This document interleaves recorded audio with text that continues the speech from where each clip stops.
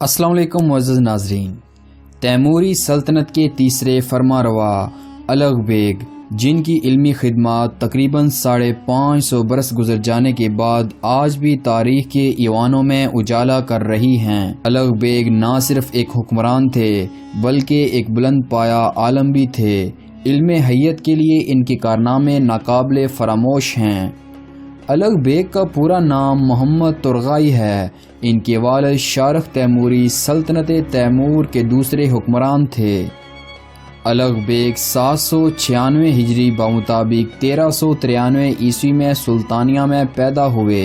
ये शहर मौजूदा ईरान के शमाली हिस्से में रे के करीब वाक़ है।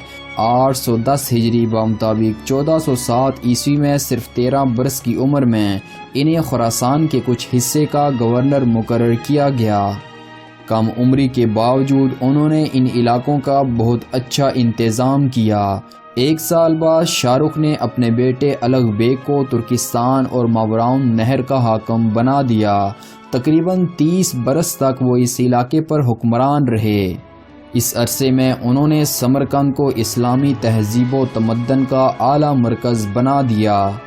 इसके अलावा अलग बेग रियाजी के माहिर थे और ज्योमेट्री के मुश्किल से मुश्किल मसाइल हल करने का फ़न जानते थे। इन तमाम इल्मी खूबियों और सलाहियतों से बढ़कर वो इल्म हय्यत के बहुत बड़े आलम थे। फल्कियात के मौजू पर इनका मुताला और मालूमात नहायत वसी थीं।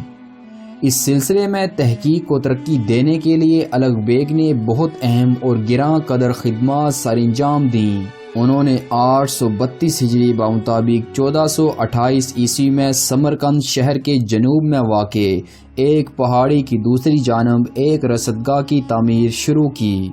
ये बहुत अजीमुशान रसदगाह थी और अपने अहद में इसका शुमार दुनिया की बड़ी रसदगाहों में होता था, बल्कि इस अहद में इसे दुनिया के अजायबात में से एक करार दिया गया।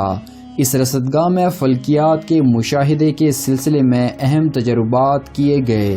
अलग बेग की ज़ेरे निगरानी इस रसदगाह में ज़िच सुल्तानी नामी एक किताब मरतब की गई। इस अजीम किताब ने यूरोप भर में बहुत मकबूलियत हासिल की। ऑक्सफोर्ड यूनिवर्सिटी के एक प्रोफेसर ने इसकी जानब लोगों को मुतवज्जे किया। अलग बेग की रसदगाह के खंडरात आज भी मौजूद हैं। इसे 1908 ईस्वी में दोबारा दरियाफ्त किया गया। अलग बेग का दौर तामीरात के एतबार से बड़ा यादगार दौर है। इनकी बनवाई हुई इमारतों को फ़न तामीर का शाहकार करार दिया जा सकता है। अलग बेग ने तुर्किस्तान और मावराउन नहर के इलाकों पर तवील मुद्दत तक हुकूमत की, लेकिन जब 850 हिजरी बामुताबिक 1447 ईस्वी में इन्हें पूरी मुमलिकत का हुक्मरान बनाया गया तो बगावतों की कसरत के बायस वो सुकून के साथ अपने फ़राइज़ सरअंजाम न दे सके।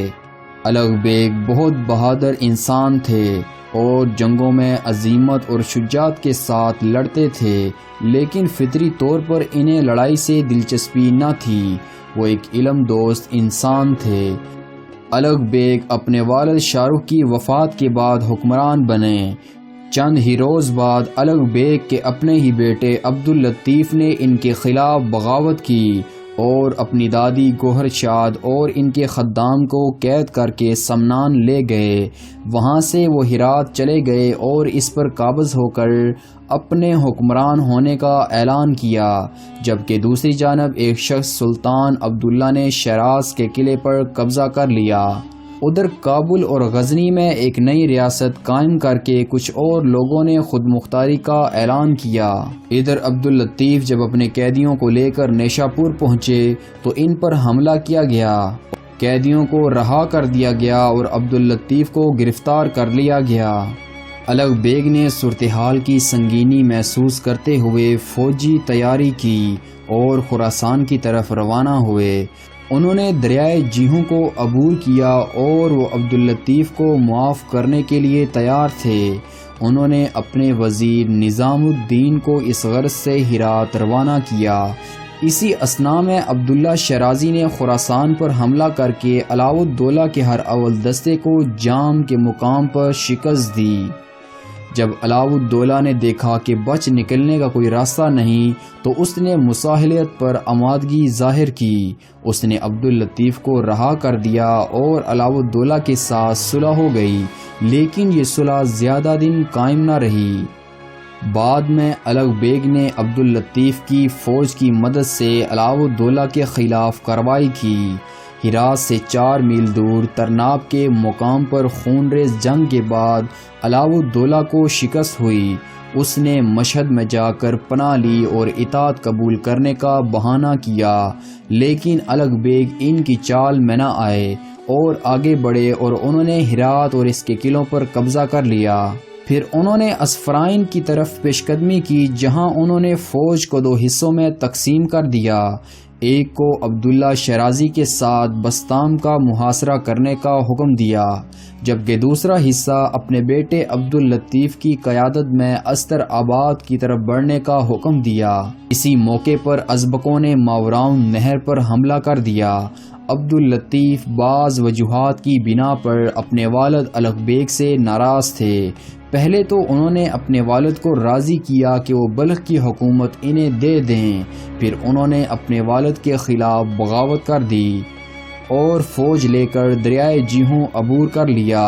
الغ بیگ نے مقابلہ کیا لیکن شکست کھائی۔ یہ جنگ شارقیہ کے مقام پر ہوئی۔ عبداللطیف نے اپنے والد کو اپنے ایک ملازم عباس کے حوالے کر دیا۔